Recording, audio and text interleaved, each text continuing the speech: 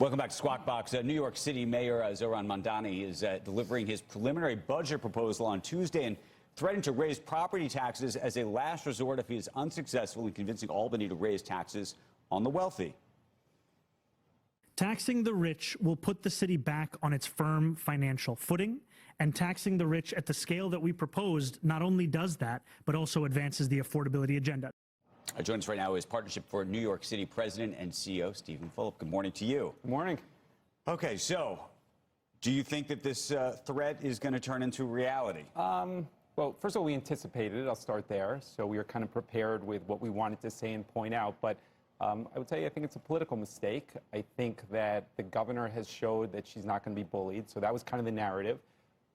People blame the mayor for property taxes, regardless of how you frame it.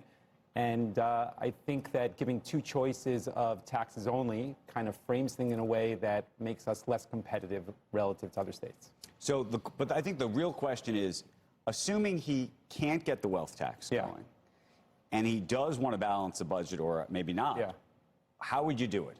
If I was looking to balance the budget, if I was the mayor. If you're the mayor and you're looking around at the money and you're saying, we don't really have the revenues to do all the things we want to do, what would you do? I think that there are a lot of options. First of all, New York City has entitlement programs that are unique to New York City on rent relief. Most of entitlement programs are at the federal level. New York City has those. They're astronomically expensive. I think you could do the rent relief program. So, but he also has, he ran on trying to make it more affordable for people to live in the city. But taxes and job creation leads to affordability as well. You know, housing growth takes a decade in time. He's on the right track there, but there's a lot of things you could do. Beyond that, I mean, if you want to have a constructive conversation around schools, I know people don't want to go there, but there was 1.1 million children in the schools. Today's 800,000. That is a fair conversation to have. Why the budget keeps increasing. I think that there are other things you can do. The challenge is that his political base is very difficult to please, and he's trying to navigate both the political base and the practicality of being an executive, and that's not an easy thing to do. What do you think the reaction is thus far to what's happening in California? By the way, I don't know if you saw what's happening in Seattle, state of Washington. I mean, it's pretty wild. I think you could see an exodus from both of those places. I spoke to the mayor and asked him about what was happening and this idea of whether he thought everyone's going to move to Miami. And he said he doesn't believe that. Not only does he not believe that, the numbers, interestingly, even in the past couple months, don't seem to be suggesting that business is leaving New York. In fact, it appears that business is coming to New York. And I believe that is giving him, meaning the mayor, a little bit of oomph in his step, if you will. You can parse the data in a lot of different ways. So he would say there's more millionaires today in New York City. If you look at the share of millionaires relative to anywhere else, you would say it's decreased. You can make that argument and could have that all day. The reality is, if you do what he's proposing to do, taxes in New York City would be roughly 22% on the corporate side, relative to New Jersey, a mile away, 11%. So you reach a tripwire at some point. If it's 100% higher than a mile away, people will make this decision. The argument that he's made is that actually taxes in New York City on companies is lower, and he's trying to match New Jersey. Explain why. So he's being a little bit disingenuous in that, because when you layer on New York City taxes, MTA taxes, and the corporate tax for the state, it's roughly 17% today. So if you mirror what New Jersey has, in the corporate tax, you go to 22% here. That's independent analysis, nonpartisan. So, at some point, you reach that tripwire. And the effective tax rate on the income side, is more than 50% for high earners here in New York. So, I mean, effectively, the state or the city is your majority partner without doing the majority of the work. So it is a problem, ultimately. And you do reach a tripwire at some point. Do you think, or are you hearing from anybody in the partnership for the city that they're going to leave the city? So you hear across the board that they are looking to grow elsewhere. That is for sure. Picking up the entire operation is a tough thing to do for people that want to have a presence here. And I was just going to say, JP Morgan just built this gorgeous new building right on Park Avenue. If you look at Texas, JP Morgan has more employees in Texas than they do in New York City for the first time. Texas has more employees in financial services than New York City for the first time. And what we try to point out is that Texas has a comprehensive strategy on how they're approaching this. New York is just kind of stuck in this kind of... What kind of reaction are you getting from the mayor on that front? I mean, look, we've had multiple conversations on that. I think we're in a place that, you know, he would say we agree to disagree. But the reality is that he's still navigating the transition from being a legislator to an executive, I think from an activist mindset to being more of the mayor, so to speak, in a responsible governing role. So I think a transition is going to take some time.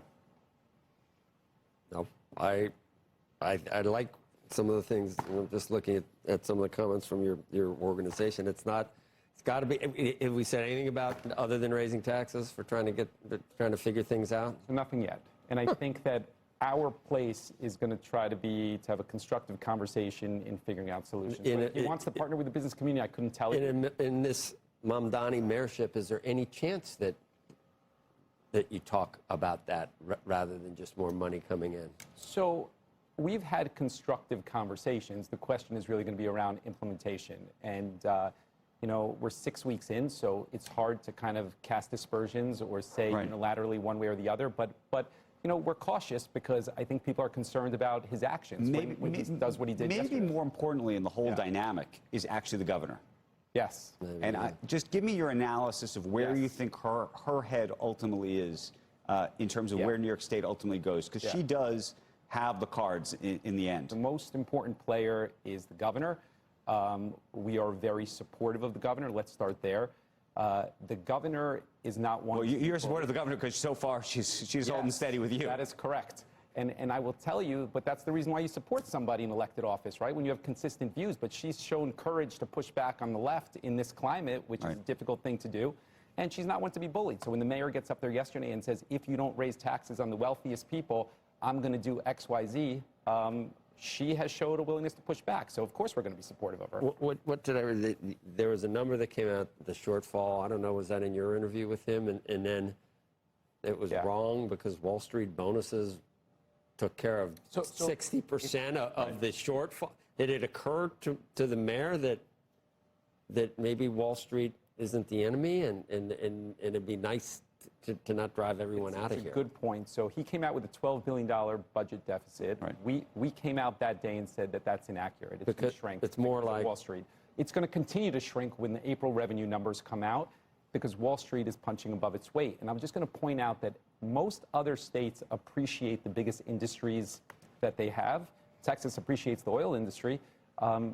New York City approaches financial services with skepticism. But what do you think's going on in California then? What do you think's going on in the state of Washington? I think you have a political party that has showed that they're just angry. The far left is angry and wants to be punitive. It's the reason that at rallies they say tax the rich. They don't chant fund child care. It's tax the rich. They just want somebody to have less money than they do because they view the system as being unequal. Right. And they get to go on Colbert every night and talk about it. It always comes back. It always comes back to the media, Joe. It always comes back to the media. One-sided, they talk about it. Stephen, want to thank you for coming in this morning. I appreciate it. Thank you. Fighting the good fight. Up next, come on. Up next, breaking economic news, former Dallas Fed President Richard Fisher.